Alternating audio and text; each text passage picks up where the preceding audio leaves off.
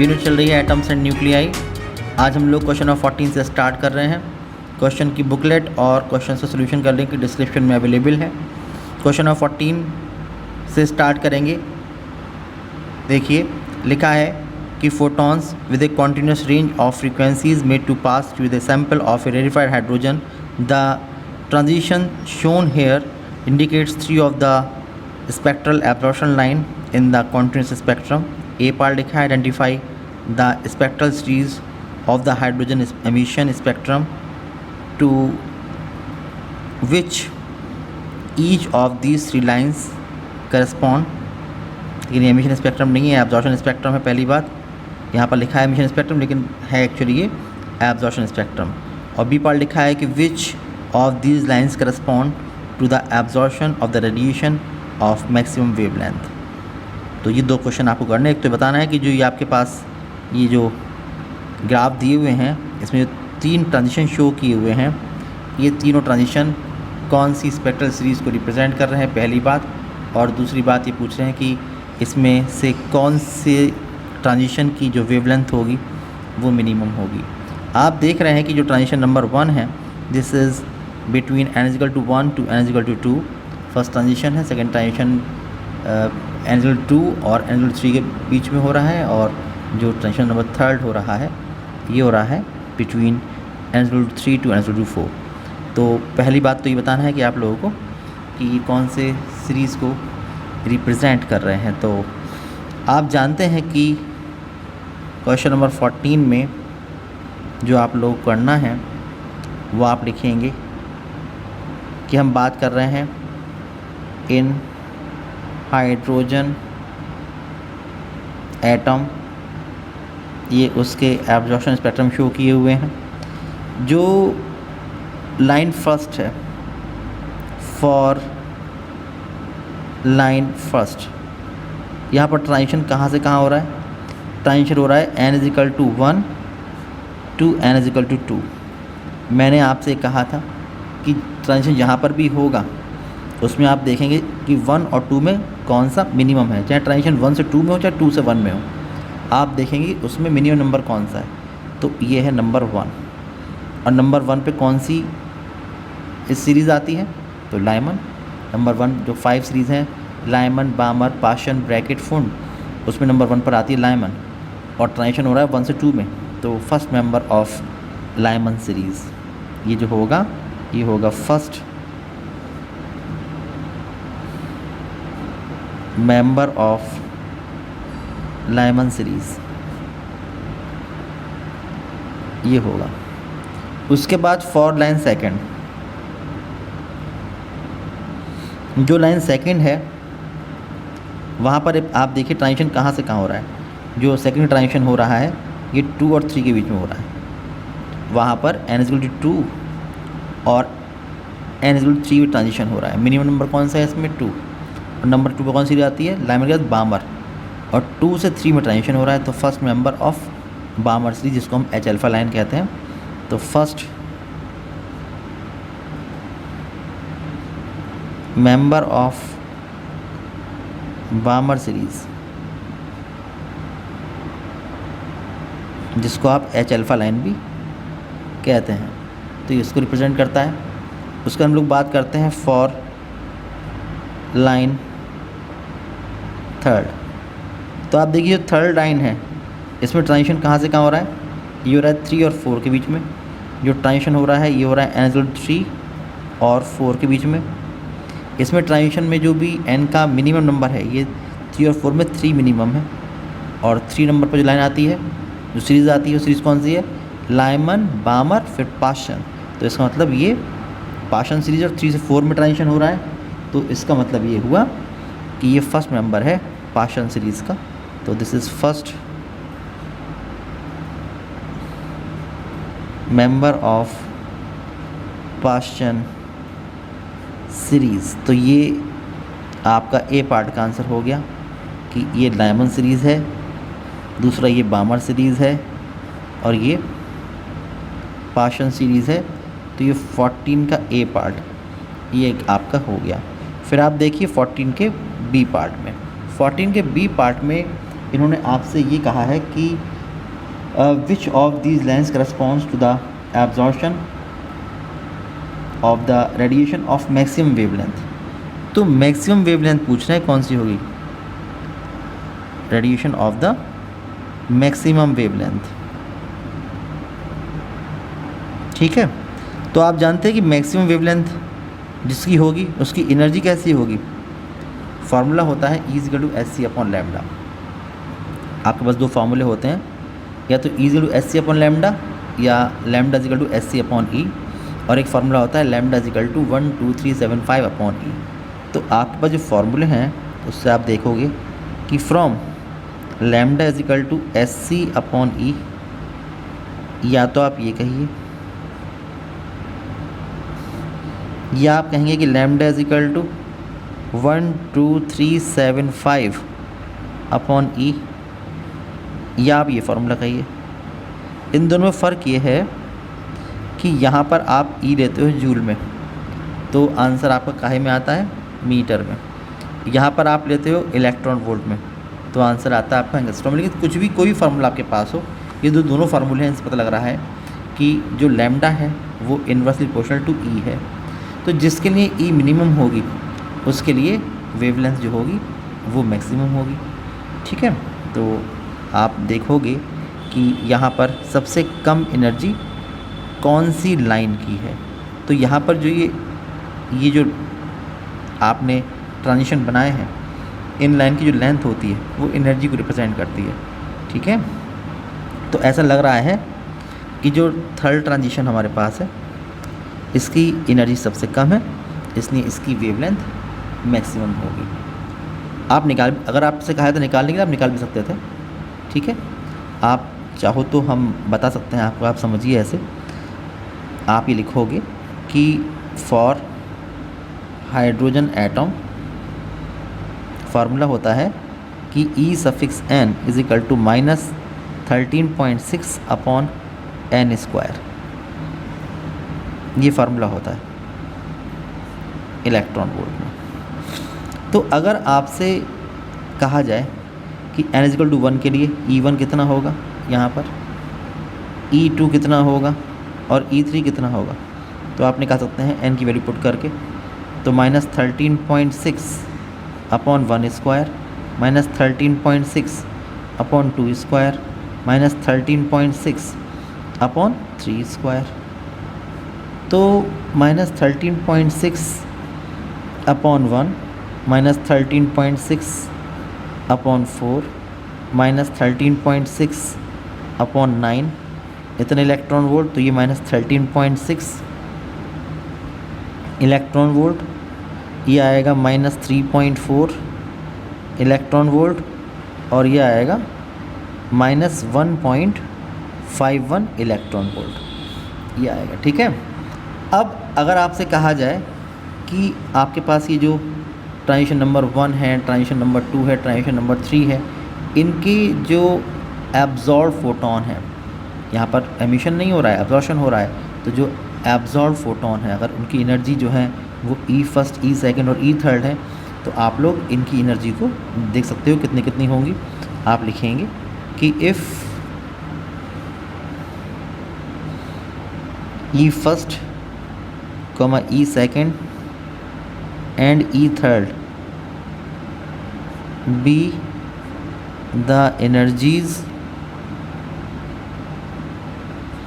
of absorbed photon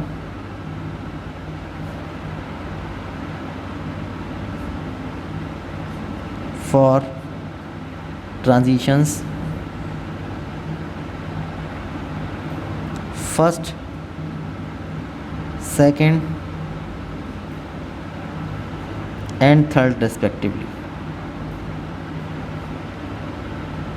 तो आप कैसे निकाल सकते हो, देखो E1, E2 और E3 मैंने बताया था आपको कि हायर एनर्जी स्टेट की energy minus lower energy state की एनर्जी। आप देखो यहाँ पर कि जो ये ट्रांजिशन हो रहा है नंबर फर्स्ट वाला, ये हो रहा है 1 और 2 के बीच में, तो आप लिखोगे कि E1 होगा, ये होगा E2 - E1।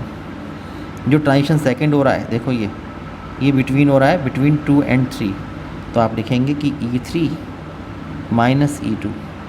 ऐसे ही जो ट्रांजिशन थर्ड हो रहा है ये हो रहा है बिटवीन 3 and 4, तो आप लिखोगे E4 माइनस E3। इनकी वैल्यूज़ आप पुट कर दोगे। जब इनकी वैल्यूज़ आप पुट करोगे तो E2 है -3.4 और माइनस 13.6। यहाँ पर है E3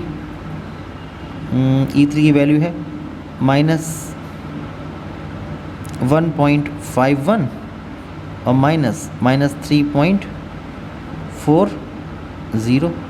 मैंने E4 नहीं निकाला, E4 भी चाहिए होगा। जब E4 निकालेंगे आप लोग तो E4 निकालोगे तो E4 की वैल्यू आएगी -13.6 अपॉन 4 का स्क्वायर इक्वल टू -13.6 अपॉन 16। तो जब सॉल्व करेंगे तो ये आएगा -0.85 इलेक्ट्रॉन वोल्ट। ठीक है, तो यहाँ आप लिखोगे -0.85 और -1.51। ठीक है, ये जब आप सॉल्व करोगे इसको तो आप देखो ये वाला प्लस का हो जाएगा, तो 13.6 में से 3.4 जाएगा तो 10.2 इलेक्ट्रॉन वोल्ट ये होगा। ठीक है, उसके बाद जब 3.40 प्लस का 1.51 माइनस का होगा, जब आप सब्ट्रैक्ट करोगे तो मिलेगा 1.89 इलेक्ट्रॉन वोल्ट मिलेगा, और ये प्लस का हो जाएगा और ये माइनस का हो जाएगा तो मिलेगा आपको 0.66 इलेक्ट्रॉन वोल्ट। तो आप देख रहे हो कि ये है जो थर्ड ट्रांजिशन है, यहाँ पर जो एनर्जी आ रही है ये मिनिमम आ रही है। तो जब ये एनर्जी मिनिमम आ रही है तो इससे करस्पॉन्डिंग जो आपके पास ट्रांजिशन होगा उसकी वेवलेंथ मैक्सिमम होगी। तो आप लिखोगे इस बात को कि जो फार्मूले आपके पास थे यहाँ वाले, ये जो फार्मूले थे lambda equal to SC upon E या lambda equal to 12375 upon E, तो यहाँ से आप देख सकते हो, इसको आप A मान लो, इन फॉर्मूलों को आप A मान लो कि from A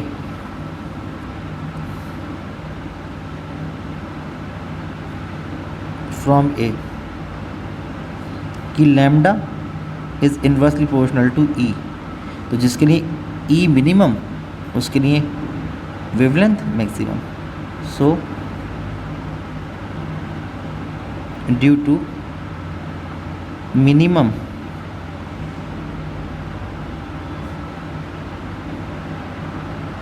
energy of absorbed photon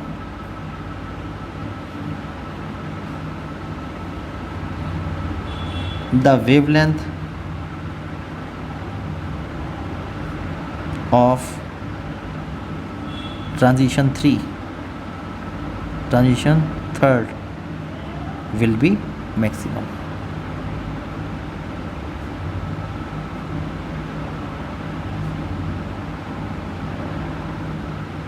तो ये ट्रांजिशन थर्ड ये आपका आंसर रहेगा। और अगर आप चाहें तो इसको निकाल भी सकते हैं, यहाँ पर पुट करना है खाली E is equal to 12375 upon E। तो अगर आप लोग ये पुट कर देंगे यहाँ पर, अगर आप लोग 0.66 इलेक्ट्रॉन वोल्ट पुट कर देंगे तो जो भी आंसर होगा वो लैम्डा का आंसर होगा, उतनी वेवलेंथ उस ट्रांजिशन नंबर थर्ड की होगी। नेक्स्ट क्वेश्चन है क्वेश्चन नंबर 15। आप देखिए इसमें लिखा है कि the trajectories traced by different alpha particles in Kejor Martian experiment were observed as shown in the figure। A part लिखा है कि what names are given to the symbols B and theta shown here, और B part लिखा है कि what can we say about the values of B। ये होना चाहिए कि for the values of theta is equal to 0 and theta is equal to pi radian, तो ये बताना है। तो मैं आपको बताऊं, देखिए जो हमारे पास ये एक फिगर दिया हुआ है, यहाँ पर ये आप देख रहे हैं ये टारगेट न्यूक्लियस है और ये बहुत सारे अल्फा पार्टिकल्स आ रहे हैं। अल्फा पार्टिकल्स जो हैं वो मोस्टली आप देख रहे हैं कि अनडिफ्लेक्टेड निकल रहे हैं जहाँ पर हेड ऑन कोलिजन हो रहा है ये वापस लौट के जा रहे हैं, ठीक है, अपने पाथ पे वापस लौट के जा रहे हैं, और इनको कहते हैं हेड ऑन कोलिजन होना। और आप देखिए कि जो ज़्यादा पास हैं वो ज़्यादा एंगल से डिफ्लेक्ट हो रहे हैं, जो थोड़ा दूर हैं वो कम एंगल से डिफ्लेक्ट हो रहे हैं। तो यहाँ पर जो ए पार्ट में आपसे पूछी जा रही है बात कि यहाँ पर जो हमारे पास जो सिंबल्स यूज़ किए हैं, ये जो लिखा है बी और ये जो लिखा है थीटा, ये क्या है? तो बी का जो नाम होता है ये होता है इम्पैक्ट पैरामीटर और थीटा होता है एंगल ऑफ स्कैटरिंग। तो जो ए पार्ट है इसमें आप लिखेंगे कि here B is impact parameter, impact parameter, and theta is angle of scattering, angle of scattering। ये है, इसमें रिलेशन भी होता है कि if capital D be the distance of closest approach, distance of closest approach, then जो impact parameter होता है उसका फॉर्मूला होता है B is equal to D upon 2 tan theta by 2, ये रिलेशन होता है। तो इससे आप लोग किसी भी गिवन वैल्यू के लिए, थीटा की गिवन वैल्यू के लिए जो इम्पैक्ट पैरामीटर है उसको आप फाइंड आउट कर सकते हैं। और यहाँ से भी आप समझ सकते हैं, जैसे कि आप देखिए जो बी पार्ट में आपसे कहा जा रहा है कि अगर एक बार थीटा की वैल्यू कही जा रही है कि 0 और दूसरी बार जो थीटा की वैल्यू कही जा रही है ये कही जा रही है पाई रेडियन, तो बी कितना होगा? तो आप देख सकते हैं कि अगर यहाँ पर जो थीटा है वो 0, यानी कि जैसे कि ये निकल गया अल्फा पार्ट के, वापस लौट के ही नहीं आया, बिना किसी रिफ्लेक्शन के पास हो गया यहाँ से, तो बी तो क्या है ना कि जहाँ से ये पार्टिकल गया ये, और फिर ये पार्टिकल वापस लौट के आया अपने पाथ पर, तो ये है बी, ये है इम्पैक्ट पैरामीटर। लेकिन यहाँ पर तो लौट के ही नहीं आया, जब लौट के नहीं आया तो बी की वैल्यू कितनी होनी चाहिए? इन्फिनिटी। यहाँ से आप देखिए, वेरीफाई कीजिए कि अगर यहाँ पर आपने लिखा थीटा इक्वल टू 0, तो आप देखेंगे tan 0 0 something upon 0 equal to infinity, तो आप देख रहे हैं बी इक्वल टू कितना होगा? इनफाइनाइट। देन जो इम्पैक्ट पैरामीटर होगा देन बी इक्वल टू कितना हो जाएगा? इन्फिनिटी। चाहे आप यहाँ से समझिए और चाहे आप यहाँ से निकाल के देख लीजिए। इसमें देखिए कि if theta equal to pi radian, जब पाई रेडियन का मतलब क्या हुआ कि हेड ऑन कोलिजन यहाँ से गया वापस इसी पाथ पर लौट के आ गया, तो अपनी जगह पर लौट के आ गया, तो बी कितना होना चाहिए? 0। हेड ऑन कोलिजन अगर हो गया है तो उसी पॉइंट पर वापस लौट के आएगा, इन पार्टिकल जाएगा ऐसे, ये जाएगा और वापस लौट के आ गया इसी पॉइंट पर, ठीक है ना। अगर टारगेट न्यूक्लियस से हेड ऑन कोलिजन होता है, इसी पाथ पर गया, यहीं पर वापस आ गया, तो बी कितना हो गया? 0। अब आप यहाँ समझिए कि अगर आपने यहाँ पर पुट किया पाई, तो tan पाई बाई 2, और tan पाई बाई 2 जो हो गया वो हो गया infinity something upon infinity equal to 0।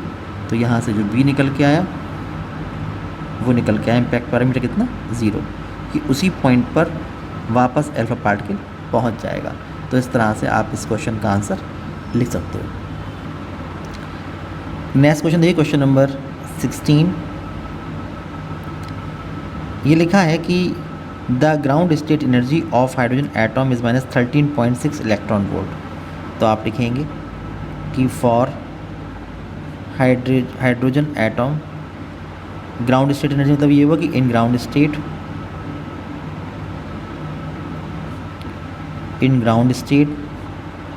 तो मतलब n इक्वल टू 1 में जो E1 गिवन है ये माइनस 13.6 इलेक्ट्रॉन वोल्ट ये गिवन है। The photon emitted during the transition of electron from n=2 to n=1 state is incident on a photosensitive material of unknown work function. The photoelectrons are emitted from the material with a maximum kinetic energy of 8 electron volt. Calculate the threshold wavelength of the material used. Question ये कह रहे हैं कि आपके पास ये hydrogen atom है, इसमें ये डिफरेंट एनर्जी स्टेट्स हैं, ठीक है। ये है n=1, ये है n=2, ये है n=3। तो ट्रांजिशन हुआ यहाँ से, इलेक्ट्रॉन यहाँ से यहाँ आया। अब जब ये इलेक्ट्रॉन यहाँ से यहाँ आया तो इसकी वजह से मान लो कि यहाँ पर जो एनर्जी है यह है E1, यहाँ पर जो एनर्जी है यह है E2। तो यहाँ से इसके ट्रांजिशन की वजह से यहाँ से एक फ़ोटॉन निकलेगा, यहाँ से एक फ़ोटॉन निकलेगा जिसकी एनर्जी होगी E, और वो E एनर्जी का जो फ़ोटॉन होगा ये आके गिरेगा किसी भी एक मेटल की सरफेस पे।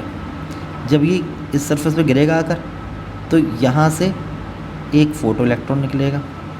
जो फ़ोटो इलेक्ट्रॉन निकल रहा है इस मेटल सरफेस से, इस मेटल से जो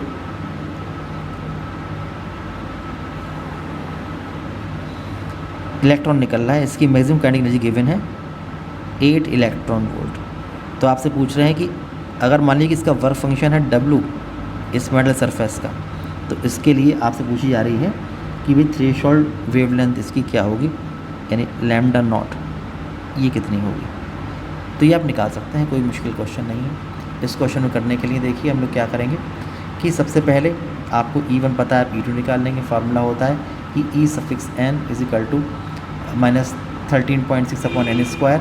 तो यहाँ से पता लग रहा है कि जो En है that is inversely proportional to n²। तो यहाँ से E2 निकालेंगे तो E2 हो जाएगा E1/2² यानी कि -3.4 इलेक्ट्रॉन वोल्ट। जब यहाँ से यहाँ ट्रांजिशन होगा तो जो फोटोन की एनर्जी E होगी E2 - E1, ठीक है। E2 - E1, E2 की वैल्यू -3.4 है, ये -13.6 है। डिफरेंस जब इसका निकालेंगे E2 - E1 तो ये 10.2 इलेक्ट्रॉन वोल्ट एनर्जी का यहाँ से फोटोन निकलेगा। फार्मूला आप जानते हैं कि अगर जो E की वैल्यू होती है E होता है hν, ठीक है। ये E hν होता है। तो जो E की वैल्यू होती है, फार्मूला होता है E के, आप पढ़ चुके हैं फोटोइलेक्ट्रिक इफेक्ट वाले चैप्टर में कि E होता है hν - W। तो यहाँ से आप W निकाल लेंगे और W होता है Sc/λ0। यहाँ से हम λ0 निकाल सकते हैं। और एक फार्मूला आप ये भी यूज़ कर सकते हैं कि λ0 = 12375/W।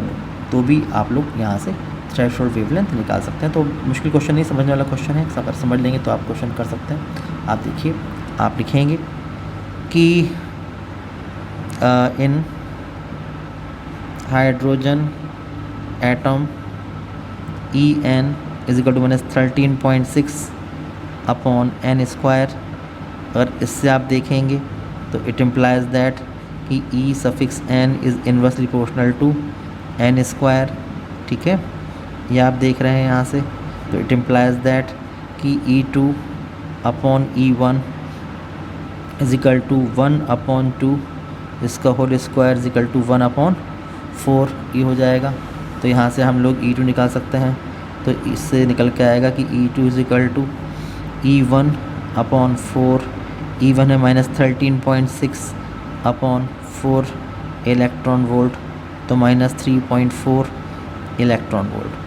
तो जो भी फोटोन यहाँ से एमिट होगा यहाँ से इस एमिशन स्पेक्ट्रम में, उसकी आप लोग एनर्जी निकालेंगे। Energy of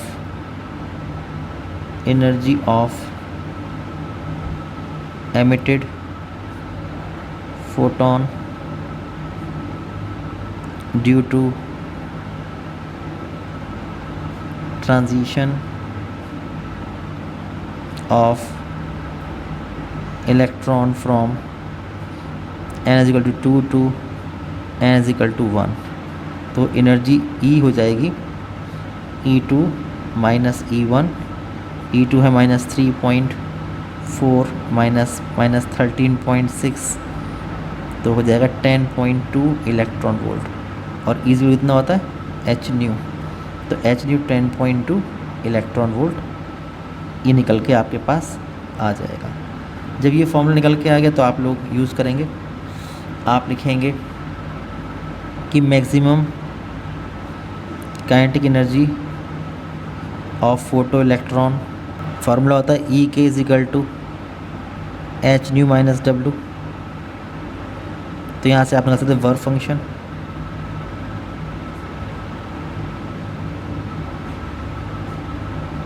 W is equal to H nu minus E K. तो डब्ल्यू इज इक्वल टू हो जाएगा H nu 10.2 minus 8 electron volt, तो 2.2 इलेक्ट्रॉन वोल्ट ये हो जाएगा। अब आप लोग फॉर्मूला यूज़ करेंगे कि from W is equal to SC upon lambda not की threshold wavelength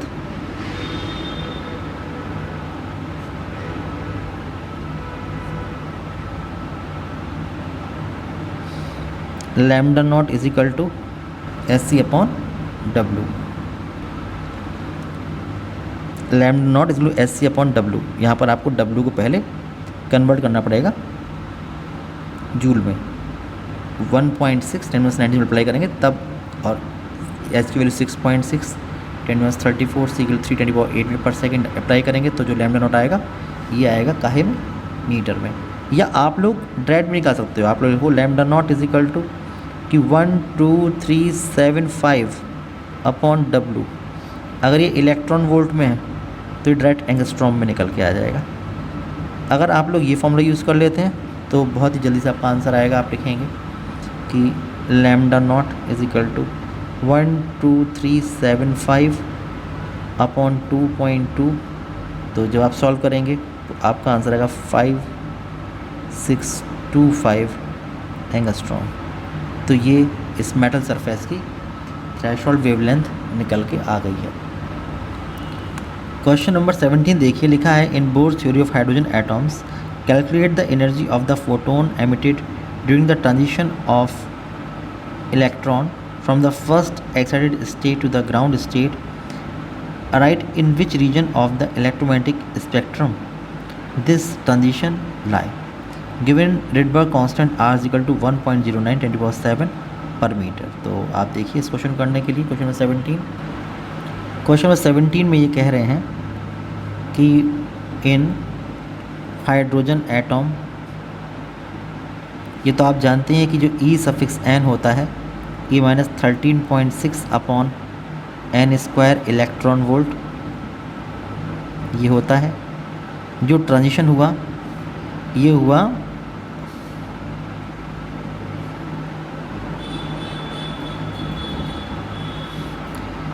first excited state से, ये सेकंड, ये थर्ड, ये एक्साइटेड स्टेट्स हैं, ये ग्राउंड एनर्जी स्टेट है।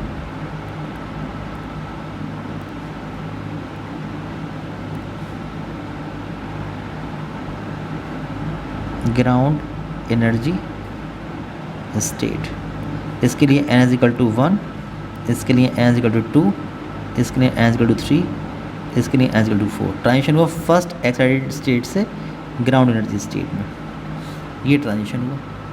जब ये ट्रांजिशन हुआ तो आपको बताना है कि इसमें जो भी ट्रांजिशन हमारे पास हो रहा है, इसमें जो हमारे पास एमिटेड फोटोन है उसकी एनर्जी कितनी है। ये लिखा है कि calculate the energy of photon emitted during the transition of electron from the first excited state to the ground state. तो मान लीजिए इसकी जो एनर्जी है ये एनर्जी है E, और इसकी जो वेवलेंथ है ये वेवलेंथ है लैम्डा। मान लीजिए कि इस एनर्जी स्टेट में जो इसकी एनर्जी होगी ये होगी E1, इसकी एनर्जी जो होगी ये होगी E2। तो जो एमिटेड फोटोन होगा उसकी एनर्जी होगी कितनी, E2 माइनस E1। तो पहले आप E2 और E1 निकाल लेंगे। तो आप लिखेंगे कि इस इक्वेशन A से आप लिखेंगे फ्रॉम A, तो E1 is minus 13.6 upon 1 square is minus 13.6 electron volt. E2 is equal to minus 13.6 upon 2 square in minus 13.7 4 तो -3.4 इलेक्ट्रॉन वोल्ट कई बार निकाल चुके हैं। अब एनर्जी ऑफ एमिटेड फोटोन आप निकाल लेंगे यहाँ से, आप लेंगे hence energy of emitted photon, तो आप लिखोगे कि E is equal to E2 minus E1, तो E is equal to E2 की वैल्यू है -3.4 माइनस 13.6, तो 13.6 प्लस का और 3.4 माइनस का, तो E की वैल्यू जो आएगी वो 10.2 इलेक्ट्रॉन वोल्ट ये हो जाएगी। उसके बाद इस ट्रांजिशन में जो भी हमारे पास फोटोन आ रहा है, तो ये पूछ रहे हैं कि वो किस रीजन में होगा। तो वैसे तो अगर आपको वेवलेंथ निकालनी है तो आप यहाँ से भी निकाल सकते हैं, आपको E की वैल्यू पता है, lambda is equal to 12375 upon E लगा देंगे तो एंगस्ट्रॉम में डायरेक्ट लैम्डा निकल के आ जाएगा, या फिर फार्मूला लगा देंगे lambda is equal to SC upon E, इसको कन्वर्ट कर लेंगे जूल में तो लैम्डा मीटर में आ जाएगा। लेकिन यहाँ पर एक प्रॉब्लम ये है कि यहाँ पर आपको रिडबर्ग कांस्टेंट गिवन है 1.09 10⁷ पर मीटर। जब ये गिवन है तो फिर आपको ऐसा फॉर्मूला यूज़ करना चाहिए जिसमें कि R आता हो। तो आप जानते हैं कि ट्रांजिशन जो हो रहा है वो N1 और N2 के बीच में अगर हो रहा है ट्रांजिशन कहीं पर भी, जहाँ पर N1 लोअर एनर्जी स्टेट है, जैसे कि यहाँ पर N की वैल्यू 1, N1 1 है और N2 जो है 2, तो फार्मूला होता है 1/λ is equal to R with in bracket 1/N1 square minus 1/N2 square. इस फॉर्मूले की हेल्प से आप लोग लैम्डा निकाल सकते हैं। तो आप लिखेंगे, आप फॉर्मूला यूज़ करेंगे कि from 1/λ is equal to R with in bracket 1/N1 square minus 1/N2 square, यह फार्मूला यूज़ करेंगे और इस फार्मूले में आप लोग वैल्यूज पुट करेंगे। तो 1/λ इज इक्वल टू R को भी ऐसे रहने दीजिए, 1/1 स्क्वायर माइनस 1/2 स्क्वायर, ये हो जाएगा R 1 माइनस 1/4, तो 1/λ is equal to R multiplied by 3/4, तो लैम्डा इज इक्वल टू हो जाएगा कितना 4/3R, तो 4/3 रिडबर्ग कांस्टेंट की वैल्यू है 1.09 इंटू 10⁷ पर मीटर। तो यहाँ सॉल्व करेंगे तो जो लैम्डा आएगा वो मीटर में आएगा, ये आएगा 1.223 इंटू 10⁻⁻7 मीटर। इसे कन्वर्ट करेंगे एंगस्ट्रॉम में तो 1.223 10⁻⁻7 इंटू 10⁻10 एंगस्ट्रॉम, तो लैम्डा इज इक्वल टू आएगा 1223 एंगस्ट्रॉम, ये निकल के आएगा। और आप देखो जब ट्रांजिशन जो होता है वो 1 से 2 के बीच में होता है, 1 और 2 के बीच में होता है, तो नंबर 1 एनर्जी लेवल जो है वो लोअर एनर्जी लेवल है, तो नंबर 1 कौन सी आती है लाइमन सीरीज़, तो ये फर्स्ट नंबर है लाइमन सीरीज़, बिकॉज ट्रांजिशन जो हो रहा है वो n इक्वल टू 1 और 2 के बीच में हो रहा है। तो आप लिखेंगे कि it is first member of Lyman series. और कौन से रीजन में आती है, ये आती है 3, जो हमारे पास 5 सीरीज है, लाइमन सीरीज जो आती है वो अल्ट्रा वायलेट रीजन में आती है, ओके, बामर, विजिबल और बाकी जो 3 है वो इंफ्रारेड रेडिएशन रीजन में आती है, तो ये होगी अल्ट्रा वायलेट रीजन में।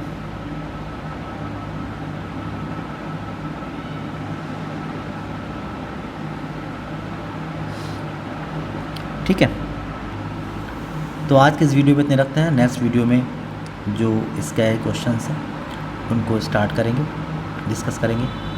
तब तक के लिए बाय बाय।